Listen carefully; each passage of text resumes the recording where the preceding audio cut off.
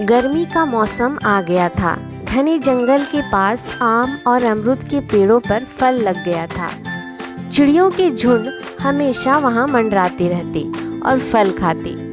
उनकी आवाज़ें बंद होने का नाम ही नहीं ले रही थी। अब शाम होने वाली थी। लगभग सभी चिड़िया अपने घोंसले की ओर जा चुकी थे। कुछ चिड़ियों के बीच पीकू भी फल खाने में व्यस्त थी। वहीं एक कबूतरी भी थी। लगता है तुम्हारा पेट अभी भरा नहीं। क्या करूं कुकू बहन, अभी तो शुरुआत हुई है। आज आने में देर हो गई। क्या आप जाने की तैयारी में हो? हाँ, सूरज ढलने वाला है। अंधेरा होने पर अपना घोंसला ही सुरक्षित लगता है। कुछ दिखाई भी तो नहीं देता। मैं भी जाने ही वाली हूँ, लेकिन कुछ फल लेकर जाऊंगी। क्या रात में भी खाती हो? अरे नहीं, मैं अपने खाने के लिए नहीं, बल्कि 2 बच्चों को खिलाने के लिए लेकर जाती हूँ। सवेरे सूरज की किरण के साथ उनकी चोंच में कुछ जाना चाहिए, वरना पूरा घोंसला सर उठा लेंगे। दिन भर पीकू माँ की रट लगाए रहते हैं। बहुत प्यारे बच्चे हैं। उनके साथ साथ समय कब बीत जाता है पता ही नहीं चलता। अरे पीकू, तुम्हारे तो बच्चे नहीं। किसके बच्चे हैं? उनकी माँ क्या करती है? क्या वो उनके लिए खाना नहीं लाती? उनकी माँ नहीं है। बेचारी तोती ने अपने बच्चों को एक बाज से बचाते बचाते अपने प्राण दे दिए। अच्छा, तो वो बच्चे तोती के हैं? हाँ, तोती के ही बच्चे हैं। अब मेरे साथ रहते हैं। मुझे पीकू माँ कहते हैं। मुझे भी नन्हे मुन्ने बच्चे बड़े प्यारे लगते हैं। सवेरे सवेरे उनकी चू चू सुनकर दिल खुश हो जाता है। अच्छा चलो, अब मैं चलती हूँ। मैं भी आऊंगी किसी दिन दोनों बच्चों से मिलने। इतना कहकर कुक्कू कबूतर उड़ गई और पीकू भी अपने दोनों प्यारे बच्चों के लिए नाश्ते जुटाने में लग गई। सभी पक्षी चले गए थे। अकेली पीकू बच्चों के लिए पके फल ढूंढ रही थी।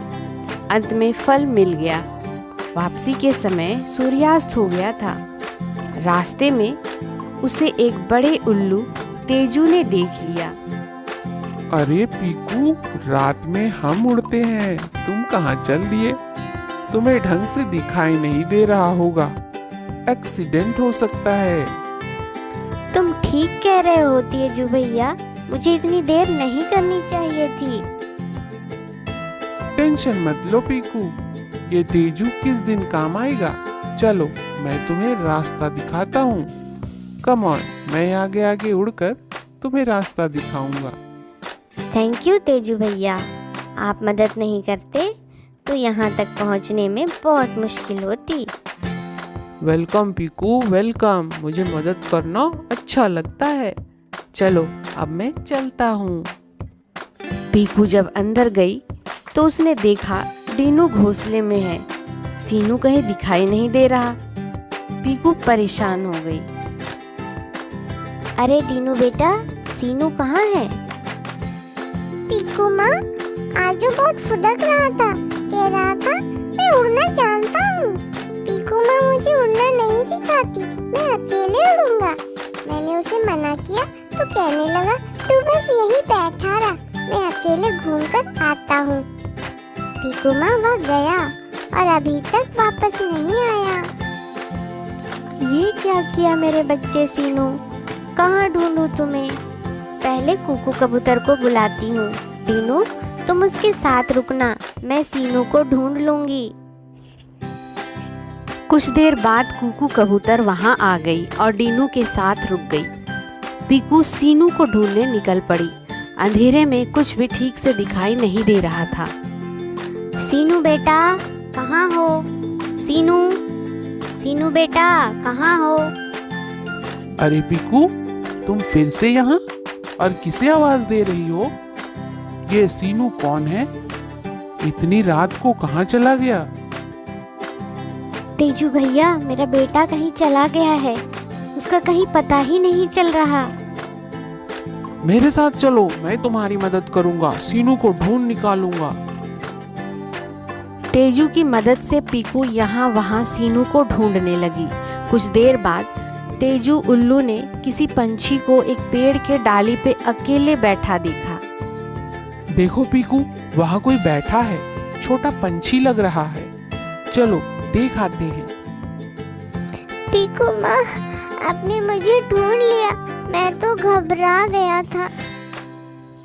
ना मेरे बेटे, मत रो, मैं आ गई हूँ ना।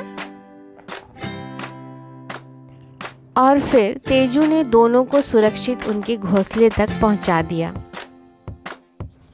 सीनू बेटा, देखो तुमने क्या किया। तुम्हारी इस गलती के कारण हम सब परेशान रहे, तुम भी परेशान रहे।